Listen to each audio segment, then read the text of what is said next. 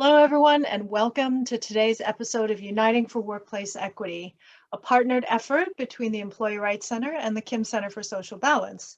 I'm Dr. Hei-ock Kim, Executive Director of the Kim Center. We're a nonprofit dedicated to accelerating workplace equity for all employees through collaborative effort. We're grateful to ERC for hosting this series, and with me is their director, Alor Calderon. Hi, everybody. Thanks for being here. Thanks for participating or, watching this new episode. This is a monthly discussion on workplace, about equity, about changing our culture, way, operations. We are a strong supporter of the Kim Center. We think that, having a regional baseline to have an understanding of how is it that we all need to move forward, thinking through equity, not about just little things here and there, a little more of this program, that program. It's a wholesome change, a total change in which we will operate. And no surprise that as we went through, this pandemic, some of the old bad patterns are still here, which I think is going to be a lot of the discussion today. Thanks so much for being here. Let's keep the discussion going, and I'll turn it right back to Dr. Kim. Thank you, Alor. Women still have second-class status in the workplace and society. As a result, we live in a culture that normalizes lower recognition, respect, and reward for women than for men. Yet we continually push aside or dilute the mission of elevating women and, in the process, risk losing trillions of dollars in our economy, a tremendous workforce contributions, and the financial stability of our strongest influencers of family health and wellness. Women in every identity group have historically been forced further behind the workplace starting line than men, and clearly evolution is not happening organically. Research tells us that widespread cultural transformation requires focused local action. Therefore, the Kim Center's LEAPS initiative unites whole communities around a structured program of rigorous assessment, targeted action, and standardized accountability. The lack of equity is especially problematic when we look at the impact of crisis on already vulnerable groups. So we partnered with BID Alliance, County of San Diego Black Chamber, RISE San Diego, San Ysidro Chamber, and SDG&E on a study to understand how COVID changed the landscape for our region's women business owners. We actually didn't set out to find out what was going on with women. We wanted to find out who was the most impacted. No surprise, it turned out to be women business owners. So the results helped us identify which systemic issues are most active in our own backyard, so we can design and unite around the most locally appropriate solutions to prevent further vulnerability for our women leaders in future crises. And it's clear that crises happen, so we need to be prepared. This is a strategy that all regions throughout the nation can adopt. Today, I'm honored and excited to welcome 3 community leaders who will show us what collaborative brainstorming looks like and how it can help us intentionally rebuild our workplace culture so that everyone receives the fair opportunities to succeed that they deserve. Without further ado, we have Dr. Sylvia Ma. She wears many hats: angel investor, entrepreneur, ecosystem builder, author, and more.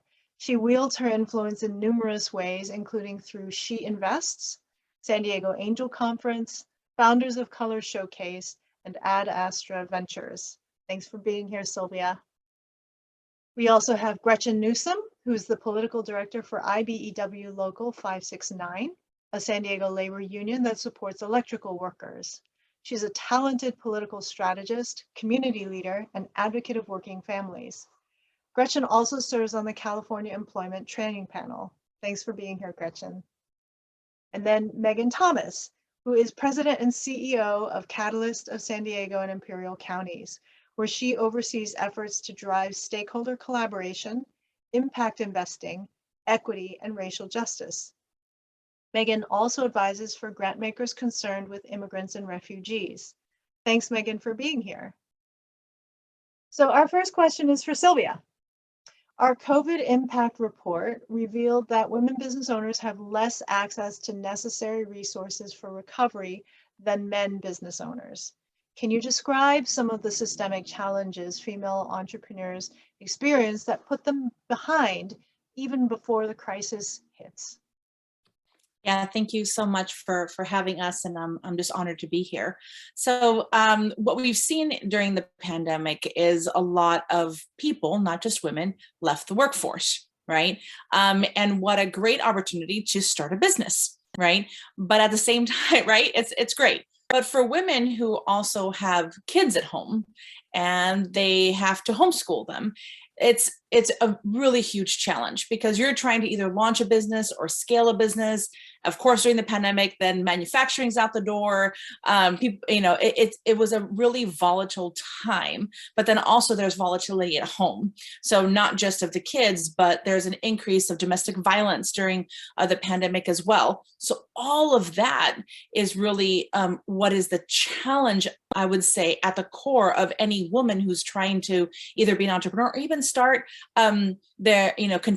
continue being with their employer, right? So I think that those are it's that intersectionality of being at home, being with the kids, having husbands and families, and also generational constraints that we all have. It's that I feel like that intersectionality is super impactful for women, because really when you're looking at the venture world in general, 2021 was a banner year for women. But again, we went from, let's say, 4 unicorns, and that's unicorns are the ones, tech companies that make a whole heck of a lot of money. We went from let's say 4 or 5 to like 39, but that's still only about 5% of the total unicorns in the world, right? So we're still at that disadvantage, even though we even had even more IPOs that are led by women this year than ever before. We're seeing like 200% growth in these areas, but still we're at such a disadvantage that we don't have that pipeline of support and the pipeline of resources to be able to have somebody go from launch to a little business to something scalable, to all of those things are just a cascade of opportunities that might not be open for women right now. They're continuing to be opened, right? But it just takes all of us, all of the community, to be able to make that impact. Thank you, Sylvia. And I really like your adjusted use of the word intersectionality, because yes, there's a lot of there are a lot of issues in the intersectionality of identity, but then we throw in the social expectations of every gender, and the pressures that go along with it. Gretchen, it looks like you might have something to add. Not yet on that, but I really appreciate what Sylvia is talking about. Yeah. Great. Megan? I would just call out, I've been thinking about this too, this idea of women leaving the workforce, and I've seen it amongst friends and colleagues, and this idea that regardless of what your household looks like, we do have this history, right? Decades and centuries of gender norms, right? Like expectations and social norms about who steps out of the workforce, who takes it. They're biological things, right? Like people with uteruses have children, and so they naturally are out of the uterus, they're out of the workforce. And so this disproportionate burden is not only sort of present in the choices that women are making, but the choices are reinforced by this narrative, this social construct we have around who is responsible for what, and how we prioritize our time and energy in a household, and how that translates then into what we expect of men and women in the workforce. And I just think it starts to paint this picture of, it's not just a matter of, but I think we're going to talk about in the following minutes, about sort of how do we source resources, financial and otherwise, but then how do we actually make those usable, right? In an environment that has taught us not to use them in certain ways. Yeah, very good points. And it's so important to realize the real ramifications of the expression social constructs. We have created these social norms. We can dismantle them. We can evolve them. We don't have to live by them just because they exist. Great comments, thank you. Gretchen, what are some considerations everyone should keep top of mind about how labor can support the growth and success of women entrepreneurs? Great question. First, I'd like to really share that the skilled trades are a wonderful career for women, and it's an opportunity that we need more women to uptake. And I know you want to get into more of like, how can labor support entrepreneurs? But labor unions are structured toward benefiting first and foremost in representing the workers, and then collaborating with the contractors or the business entrepreneurs and employers to deliver on their workforce needs. So we have this kind of partnership there. And I work for IBW 569, it's the electricians union. We help support the development of quality construction careers for all trades members, advocating for solid job training, apprenticeship programs, family supporting wages and benefits, and development projects that are built smart in locations connected to transit, because we also feel in IBW 569 that the less time that our members are spending in traffic commuting is better for our families, and also a lot of work around renewable energy. And cleaning up the environment. But working in the construction industry, it's clearly a male-dominated industry, and we need to do a lot better job of having more women join the trades and get access to these quality construction careers. Nationally, only 3 to 4% of the building trades workforce are women, just 3 to 4%. And it's a similar representation in other skilled trades such as mechanics and machinist as well, really low numbers. But these are union construction careers that are amazing and solid, and that they are connected to family supporting wages, plus full family health care, plus retirement benefits that create family wealth legacy. As a single mother, this is something that I'm very in tune with, and I want to have more women have this opportunity.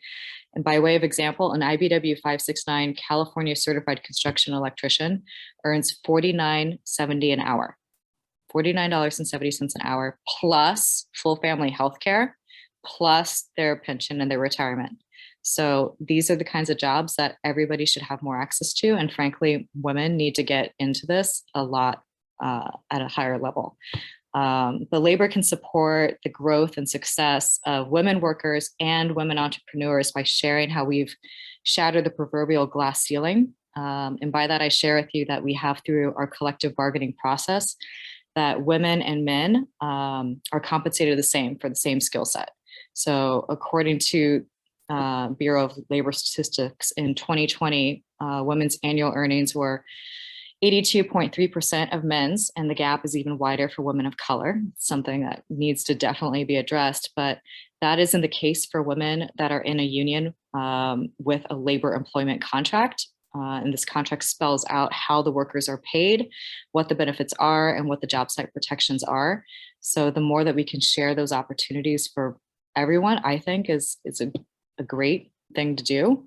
And these agreements are created through negotiation with signatory contractors owned by men and women, wherein the workers and the employers sit at the same table, and they have to listen to each other and hash out what's going to work best for the workers and also for the contractors, so that everybody thrives. There has to be a partnership there, and providing that opportunity makes, in my mind, everything a lot better. I'll also share with you that there's clearly a path from worker to ownership, and starting an apprenticeship, becoming a journey level craftsperson, and then opening their own shop. We've seen this happen again and again with our IBW 569 members going and opening up their own shop and taking that new opportunity. I'll list into the chat all of our signatory contractors that are women owned, but we want to see more of these opportunities spread throughout the entire region, so that there's more collaboration between workers and entrepreneurs, and lifting up everybody. Thank you, Gretchen. All really, really important points. The role of labor in improving the ecosystem as a whole, and then also providing that funnel from worker to owner is something that I had actually not realized until I really started looking into this. So it is very important. And it's great also, you know, unions are used to sitting at the table and coming to devising solutions in a collaborative fashion. So having you at the table of an endeavor like cultural transformation is really key, your experiences. Megan or Sylvia, do you have?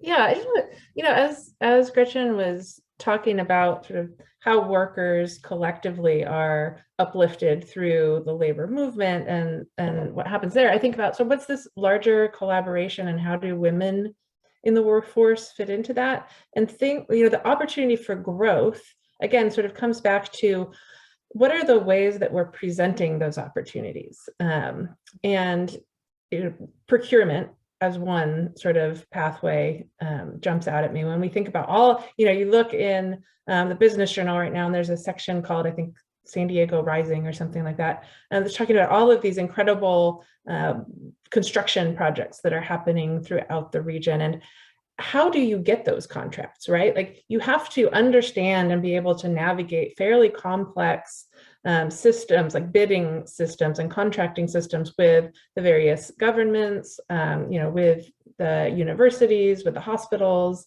And so, if you grow up in that culture, maybe you have like a generational history of being in the workforce through a labor movement, you understand how to navigate those pathways, and you know where to look and what to log into and this, that, and the other thing, and you're connected. So I think maybe, is there a way that we, and Gretchen might actually know how this is already happening, like how are we supporting women to have access to those informal pathways to getting those contracts that allow businesses to grow? If you're starting out, you might have a really great business, but not know how to get into that pipeline. Yeah, we actually provide those classes for our members, and we have how to become an IBEW signatory contractor class coming up in May. That's a 5-day program that provides you with all kind of these tools and tips as to how to do exactly what you're talking about, logging in. Where do you log into? Mm-hmm. Every single entity has their own process, and unless you're tracking everything and you have kind of like that insider tips, you're going to be lost. But it takes somebody to tell you. So. Mm-hmm. Yeah. It's kind of like writing grants, Megan, right? It's like where to go, how to log in, where to go. And I also think when you were talking, both of you guys were talking, ladies were talking, I cannot even, I have to think about the number one woman that I think does such a great job on this is Talina Handley, and she is the CEO founder of Girly Garage. And she's really making sure that she's educating and supporting other women who want to be in the garage industry, basically building cars and helping build cars and service cars. But what I love about her, she's awesome. You have to meet her first and foremost. She's like larger than life and amazing connector. But we as women have a strength of network. We have a strength of relationships. We are more relational than transactional. So even just like, okay, how do you log in this, but also building a network of women that can talk to amongst each other, saying, hey, I learned this and I learned that, not just the trades, right? My dad was a tradesman, so I completely understand the philosophy. But we as women really can make a difference by having that piece of community and network. Of course, like during COVID, it was super hard, but still connecting with one another and learning from you, Gretchen, right, about the nitty gritty, but then also creating a wonderful community that we can build each other up. So I just thought that Talina is just amazing, and I had to be just honoring her today. Thank you, Sylvia. Do you want to drop her name and her organization into the chat? Of course. And what you're saying is really on point too. Out of our COVID results, we found that more women than men didn't apply for relief, COVID relief, because they didn't know if they qualified or what resources were available. Now, I know there was a huge amount of effort on the parts of many entities throughout the county, but this still happened. And, there are issues of language, there are issues of size and bandwidth. There are a lot of issues that even those who are paying close attention just missed. And so this educational access to resources is really critical. Megan, how can organizations like Catalyst influence the investment landscape to help even the playing field for female entrepreneurs? Yeah. So first off, for anybody who isn't familiar with Catalyst, we are, you can think of us as sort of the Chamber of Commerce for philanthropy and investors. We're the community of funders in San Diego and Imperial counties, in this sort of, southern border region where we all live. And I think when we think about investment, first of all, we have to start by thinking about what's our social change capital, right? It's not just who is going to, pledge an investment in my company, who's going to give me a grant to gain some technical experience. It's the networks that we have, it's the dollars that are flowing, it's the recommendations people can give. It's really a sort of full suite of wraparound support that needs to happen. And when we start to think about it like that, we think about who are the people that we're gathering to our tables, or where are the tables that we're going, really putting ourselves out there. Those of us who have the opportunity to spend 8, maybe 10 hours a day thinking about these sorts of things and getting paid to go out and try and weave these networks and build this influence. So when you talk about how can we influence the investment landscape, I don't think about how we even the playing field for female entrepreneurs, because the history has been that the playing field has not been even, right? We have to way over invest to offset decades of under support and just cultural oppression, right? Like this idea that it's not a woman's place to speak up, it's not a woman's place to start something, it's you aren't allowed to do that because that's not who you are. And consequently, all of the systems of traditional financing that have been built up around entrepreneurship and business ownership are biased towards those who have a background similar to the lenders or investors that are in place, who by and large are men, white, English speaking, US born, right? So what we really want to think about is what are the lessons we can learn over the last couple of years of experience that we've had? Like, who were the women who did apply and secure aid, and what was happening around them that made that possible? Just incredible ingenuity and grit. We've seen a lot of folks who maybe weren't even thinking of like, hey, quote unquote, I'm going to start a small business. They were thinking about, I just lost my job. How am I going to support my family so that they can stay healthy and we can continue to move forward with a roof over our head and some ability to build wealth? And what we ended up seeing was different types of business, right? We had women of color, young people, people with a trade, but not certified by some sort of college degree, making up this sort of incredible surge of economic activity. So I think to level the playing field or invest in these folks, what we want to do is think about how we redefine this experience of investing. How do we change our definition of risk, change our definition of sort of due diligence and the control that we need to have, so that we're thinking more about equity with a bias towards women, right? With a bias towards the people who don't fit the mold of what's already out there. And the work that Sylvia is doing, if you're familiar with Founders First, Kim Folsom's work, these are all places where they've rethought just the pool of entrepreneurs who are worthy of investment, who are a quote unquote good investment. So, organizations like Catalyst are here to say, you don't have to have friends and family money, right? Because most people actually don't. We're going to come together as a network and start to leverage corporate funds, private financing, public financing to make it all work together so that somebody with a good idea has access to that capital. And one thing I'll point out is coming our way from the state is something called the Community Economic Resilience Fund, SERF.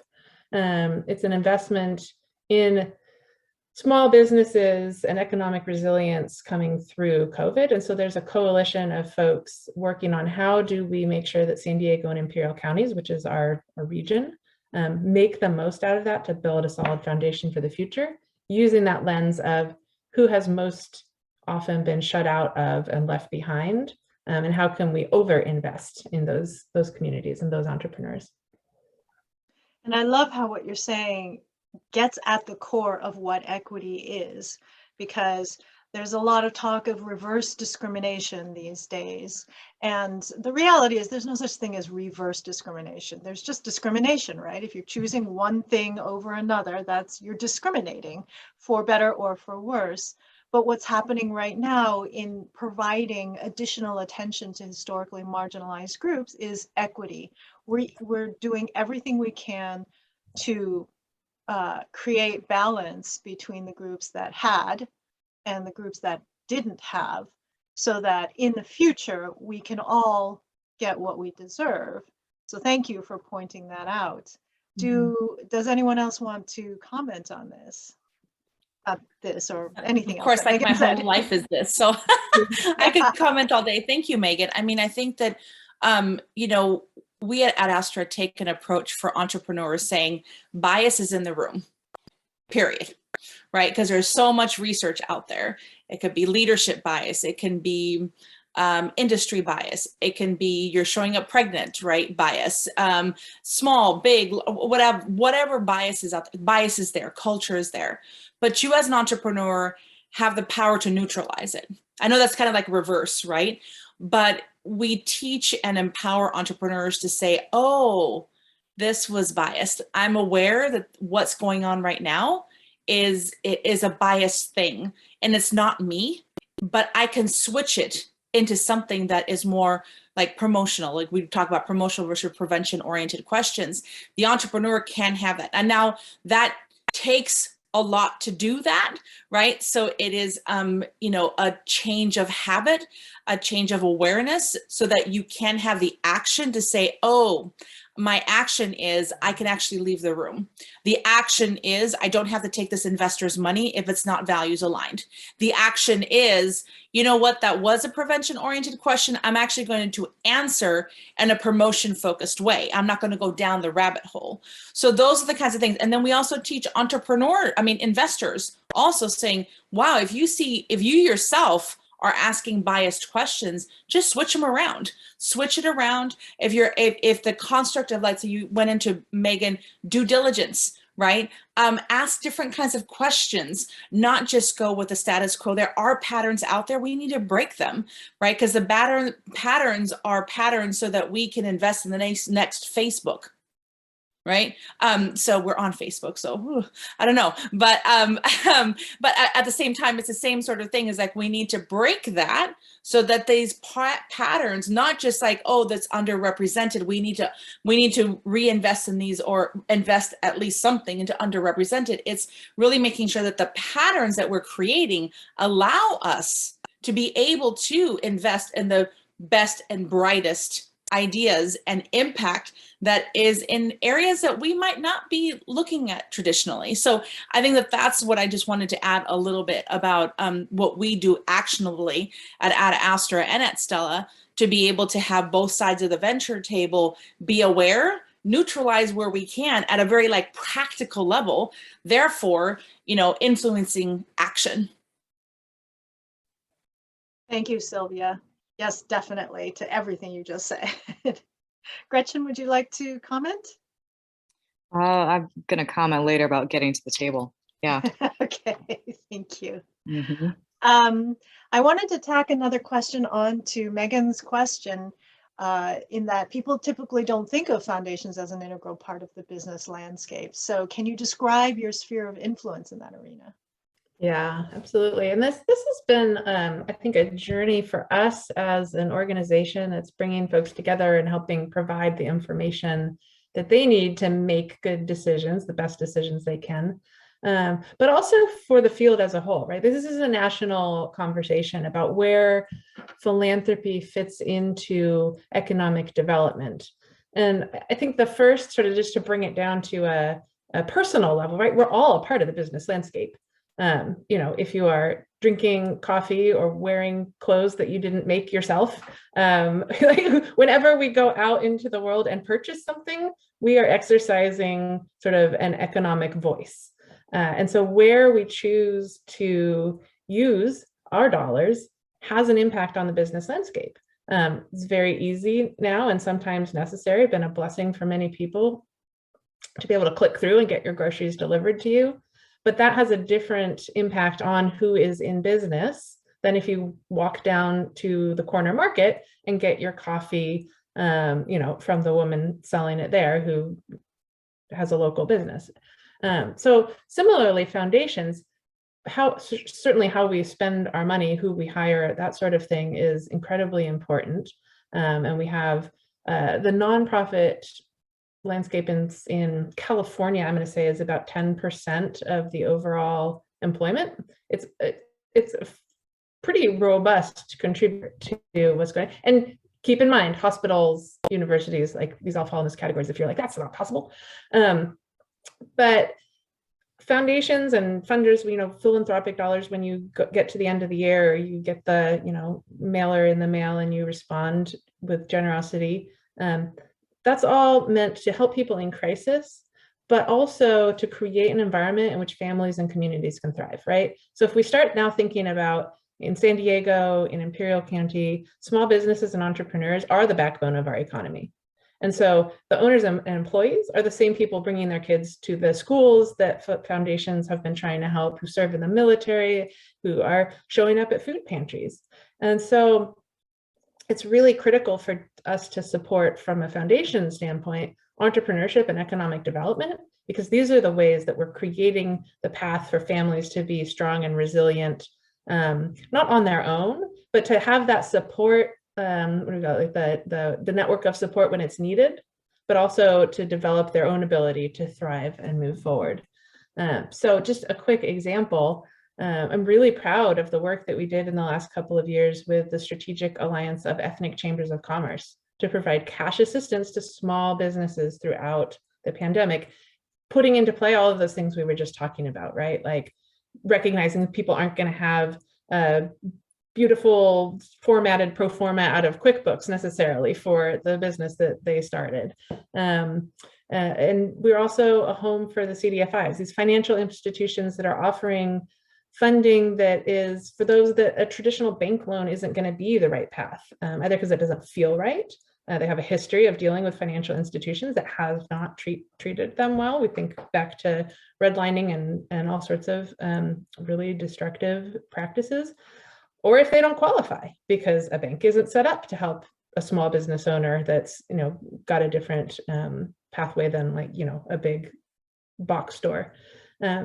Just to make sure there's a place for everyone. This is our goal, right? We need to make sure there's a place. If you're a small business owner and entrepreneur, we want a place for you to go if you have a great business so that it can thrive. And foundations can help get people onto that path by supporting the support networks and by thinking creatively about what small businesses need in order to be ready to tap into those more traditional financing sources. Thank you, Megan. Would anyone else like to comment? It really wasn't that long ago, Megan, where it was required in order to get a bank loan or some other kind of assistance program that you had to have the support and signature of a man. And yeah, not so long ago. Yeah, we're making progress, but at a snail's pace, and that's why it's time to move things along faster. Sylvia? No, I always think about that, Gretchen, is that it hasn't been so long ago, right? I have a 93-year-old mother, and I'm writing her memoir right now, and it is her lifetime, she's seen so many different things. That's just 93 years of one lifetime. So we have to remember that and honor the women that we stand on their shoulders. Yes, and I think one of the best ways we can do that also is to not have to repeat some of their more challenging stories in the younger generations, because it's very sad to hear college students still telling the same kinds of stories that their grandmothers and my grandmother, told. I being of a very, different generation from college students. My next two questions kind of overlap. They're for Sylvia and for Gretchen, but I'll start with Sylvia, and obviously everybody just jump in as you want to.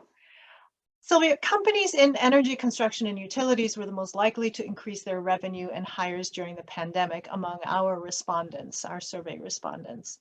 but that sector also has the least number of women-owned enterprises. What are some essential elements to dismantling this kind of gender segregation by industry overall, not necessarily even just in energy construction and utilities? Well, I mean, that's like a question for Gretchen, but I'll take the industry first, the larger industry, and then pass it over to my wonderful other panelists. In industries that are underrepresented, of course, I'm a scientist, right, by training, and very small amount of women scientists out there. We've talked about this already a lot, as pathways to empowerment, pathways to, let's say, knowledge awareness, knowledge sharing. I think that that's something just practically for myself. I was able to go to places that could give me resources because they have to, right? But it's the conversations around the dinner table that I never had as an immigrant to the United States, never had, right? So it's I think that that's what in industries on a micro level we need to do a better job of, right? And again, we can go into like the meta about really going one way on the pendulum of making sure we have all of these women's organizations and specific organizations, as opposed to kind of going in the middle here, so that more opportunities are available. I think that really we're not to the center yet. We need to be able to have some really great communities that are more targeted. I feel like before, when my mother was growing up, let's say, it was just like the woman's organization. Now it's like, hey, we have some amazing, powerful, successful women who have paved maybe 1-2 paths. Again, we need more paths, right? We don't just need one person to succeed. We need a group of women to succeed. But the more that we can kind of get together and share that knowledge is going to be really, really important. And secondly is voices and championing of voices. That's one of the reasons why I started my podcast, right? Because what I found over and over again is these female angel investors. I don't know, Megan, if you've have this experience, but angel investors who are women don't want to say that they are, not because that they don't want to have people come to them. It's just like, they're like, and so, like, I have to invest in this because this is impactful. Like, it has to be. This founder's amazing, right? And they're amazing angel investors, but they don't want to really talk about it, but they should, right?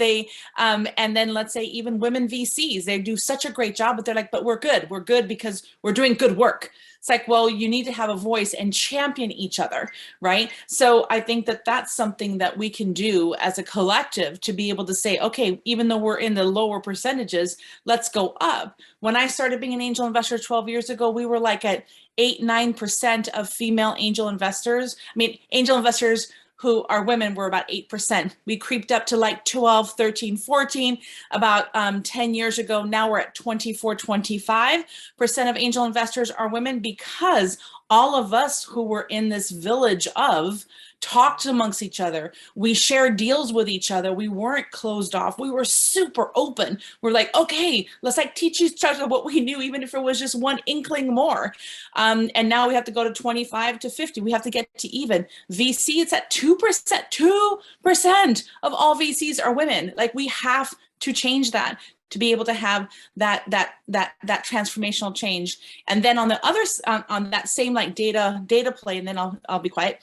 As we've found through reporting of Angel Capital Association, is that women investors are twice as likely to invest in a woman entrepreneur.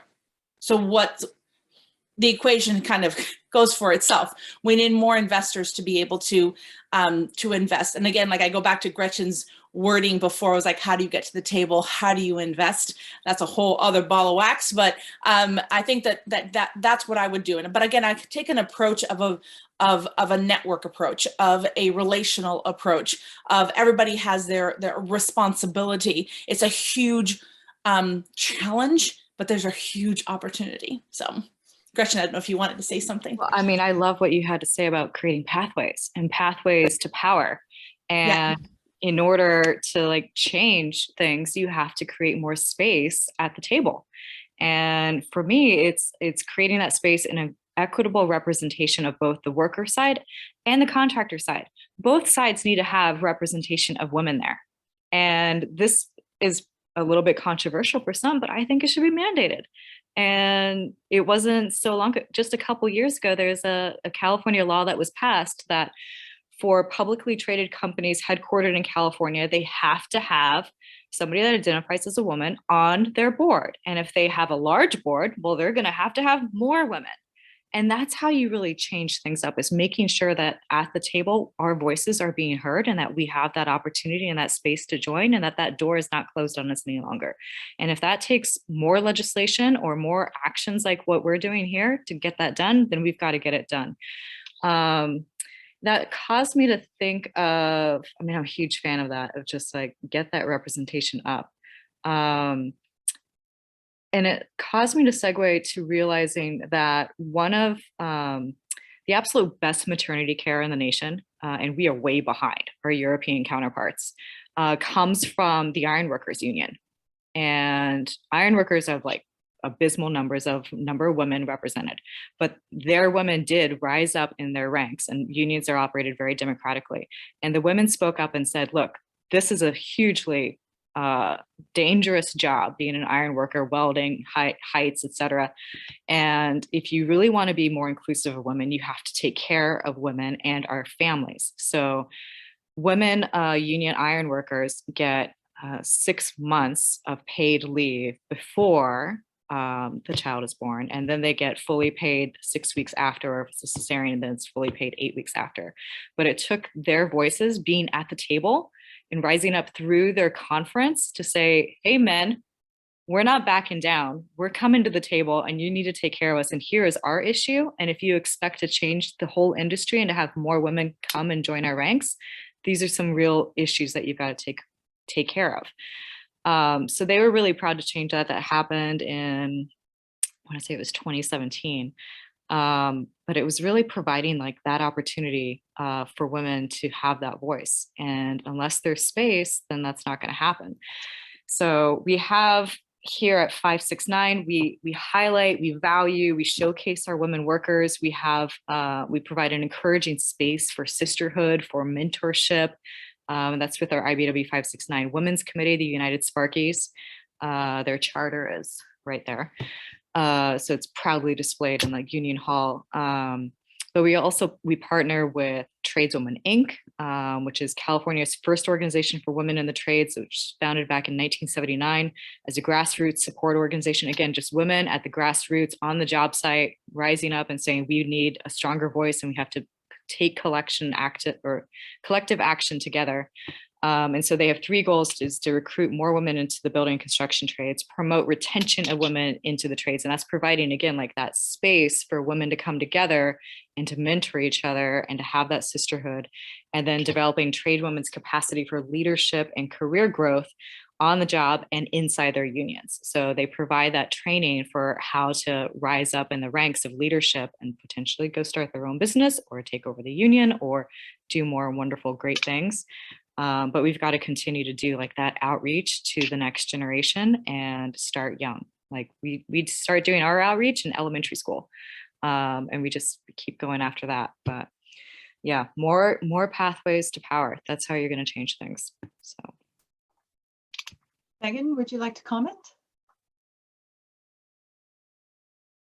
Okay, Gretchen, I'm wondering, you've spoken a lot about how we can effectively change the structural pathways, as you're saying, and Sylvia as well, into the industry and into industries where women are poorly represented.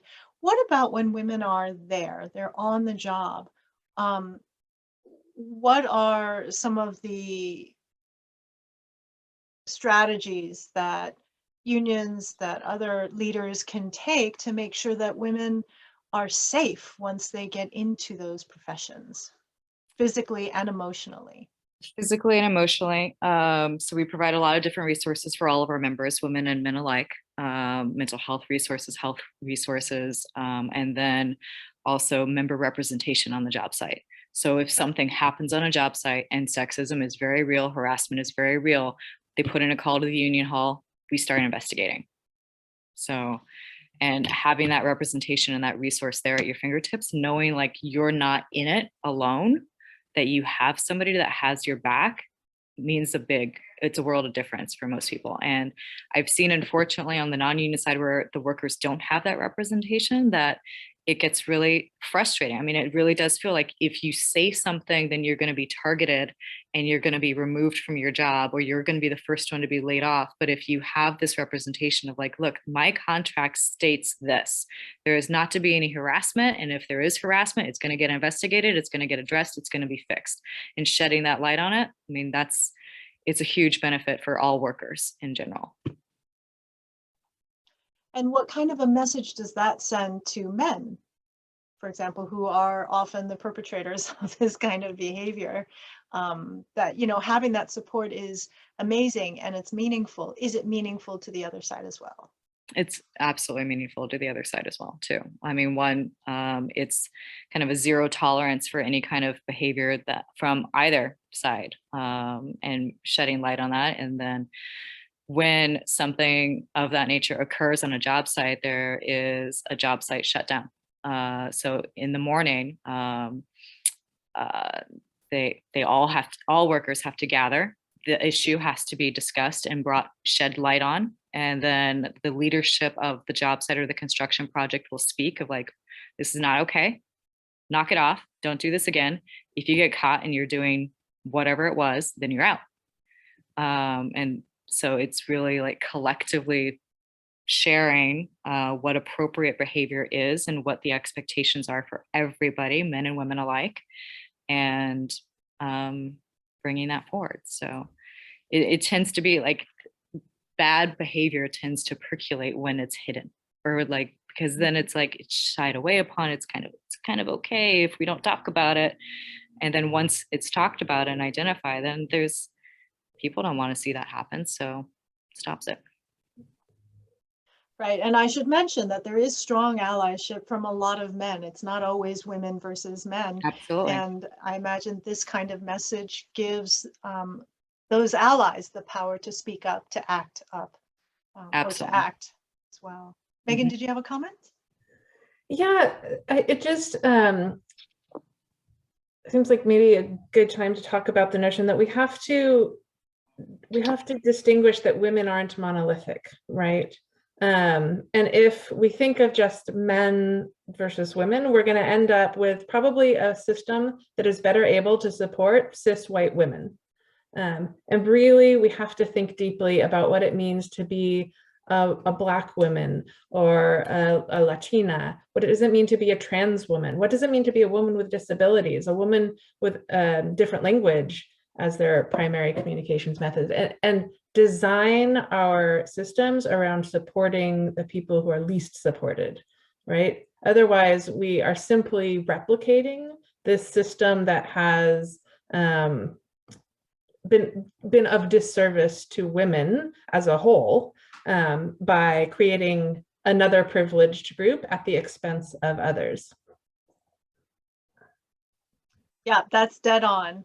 And that's why it is critical to emphasize that all women at all intersections of identity and purpose and function, as we were talking about at the beginning of this conversation, need to be elevated equally. And then, because women as a whole are the largest marginalized population in every group, everyone else gets uplifted as well. All the boats rise at the same time. Any other comments before we move into audience Q&A?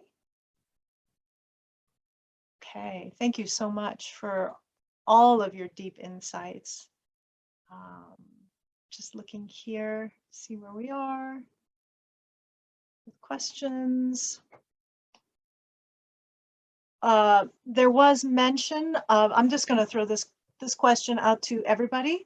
There was mention of challenges in dealing with banks, especially large corporate banks with large corporate customers.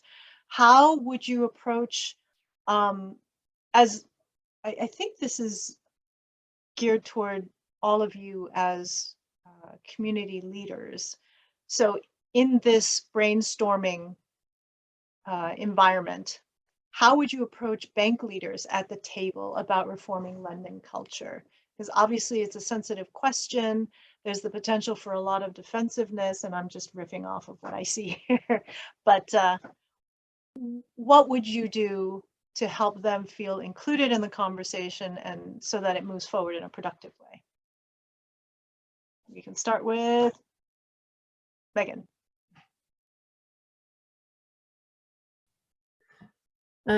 Yeah, so you want to reform the entire financial sector. Cool. We got this. We got 5 minutes. We can do this. Oh, I mean, so if I think sort of cynically, I would say banks are in the business of making money, right? Like everything around them is regulated, for the most part federally and then on down the line, but then they are shareholder driven. And so the practices of how and to whom and where lending takes place and the differential interest rates that are charged and all those things that go into defining the maps, the sort of financial decision-making maps for banks are built around protecting the assets, right? And of course, it is true that they all have community level sort of like missions and objectives and stuff. Like these are the staff that I work with from all of our wonderful bank members who are doing incredible work. But if we want to think about how do we reform the lending landscape at a traditional banking institution, I think we really have to get down to that neighborhood level branch, right? And start talking about the relationships and the people who are coming and going there and the products that they need and how the bank could become a healthier, not just sort of corporate citizen, but financially solvent organization in a society that we're sort of writing a new narrative about what we require for them, right? So there's a reason that people maybe choose a credit union in their hometown, or maybe their business dictates that they really need a fantastic online app to manage their finances, and so they choose a larger bank that has that. But if we start to set the stage around this is a business imperative for you, as well as, you know, a community responsibility, and involve them from the start. Just like we want to say you need to involve impacted communities in the conversation about their own future. You know, it's like a thing we're working on in the funding world. Don't bring a solution to a community, ask the community what solution it needs funded. Same goes for the banks. Like let's talk about the why behind the decisions you've made, and if there's something else that could be done that's going to benefit your business as well as the community of entrepreneurs. Thank you. Would anyone else like to weigh in? I served as a senior staff member for the Financial Crisis Inquiry Commission from the financial crisis of 2008. And we had a whole host of hearings and investigations and folks to come before the commission and be interrogated, essentially. And I mean, one of the takeaways was that women didn't cause the financial crisis in itself. And I'll just go back to doing some recomposition as to who sits on these boards and who's leading these banks, and that there needs to be more women voices. Here, here, in a nutshell. Sylvia, would you like to comment? Well, I don't have that much to comment. I just know that there's a colleague of mine, Janine Firpo, that wrote a book. I was trying to see if I could like pull it, and I can't. I'm always like trying to like pull things out of the sides. But there's the alignment of like SDGs is something that we always are talking as impact investors. I'm like, Megan, I'm probably singing your stuff that you say all the time, but it's really important that, you know, I've had conversations with my bank and they're like, no, it does not have, if you go into impact investing, it's not going to have the right return that you're looking for. And I said, well, I beg to differ. Let's just sit down for a while. Let's just sit down for a while and talk about that, right? So the stakeholder piece that Megan was talking about, people at the table, the power of the purse of asking banks, even if they are big, to say, can you think about this differently? My other bank is always like, so what are you investing in now? Like every single time I send them something, they are curious about what I bring to the table. So just have, conversations, discussions. Don't be shy about saying, hey, I care about this as a woman, because they want to know, and they also want to have that discussion with you. And the only way to raise that change is to have that awareness with individuals, and make that change from the individual level to the higher bank level. So I don't shy away from discussing those things. You're so right. And we're in the middle of an historic transfer of wealth, right? Like, oh yeah, I didn't talk about that. Oh yeah. Trillions of dollars going from one generation to the next. And a lot of it is transferring into the hands of women. So we're going to see the financial power of women become an incredibly more substantial force in the coming years. And to the points that we've been talking about so far, women invest differently. They think differently about how they manage their money. And so just by dint of having dollars to deposit in a bank, there's going to be a different level of attention paid to the conversations when a Sylvia walks into a bank branch and says, I want to talk about something, right? Like, you're going to get the branch manager is going to come out and sit down with you. Yes, and just to throw more fuel onto that fire, in San Diego, women business owners comprise 39% of all small businesses. So if you think about the economic impact they can have, and then you realize that they are only able to generate 10% of the region's annual revenue and about 10% of the hiring as well, there's a huge opportunity for regional growth if we can maximize the contributions of women. And by the same token, Sylvia, correct me if I'm wrong, but I saw a statistic that said that women bring in twice the return. Women entrepreneurs bring in twice the return of male entrepreneurs. I was going to comment that. I had another impact stat. I just pulled it up. So the transfer of wealth is just like phenomenal. I've always loved seeing the numbers. By 2030, American women are expected to control much of the 30 trillion in financial assets that baby boomers will possess. A potential wealth transfer of such magnitude that it approaches the annual GDP of the United States. Like, huge amounts, right? It's like more than 50%. Yeah, so I don't know if you were talking about the returns that women entrepreneurs give back to their investors. I'm gonna pull that up because it's right here. I was like looking at it. Give me 1 second.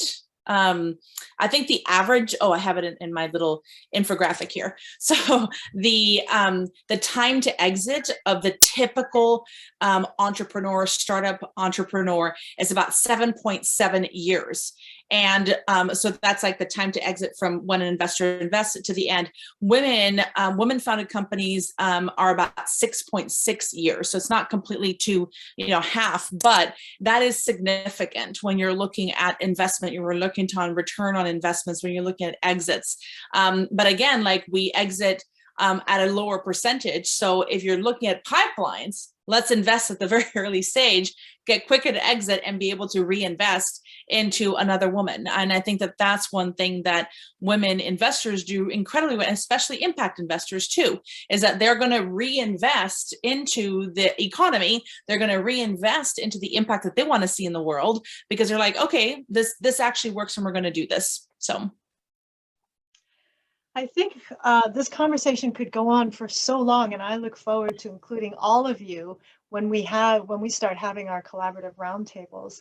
I think the main takeaway is anybody who cares about investing or the economy, anyone who's paying attention, better pay attention to women, because it's happening right under our noses, the power transfer, and you really want to be able to benefit from it.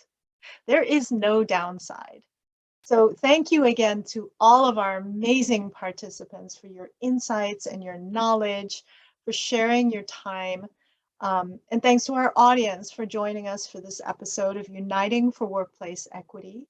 We hope you'll like and share this post, and then add your own questions or thoughts into the comments if you didn't get to ask them today.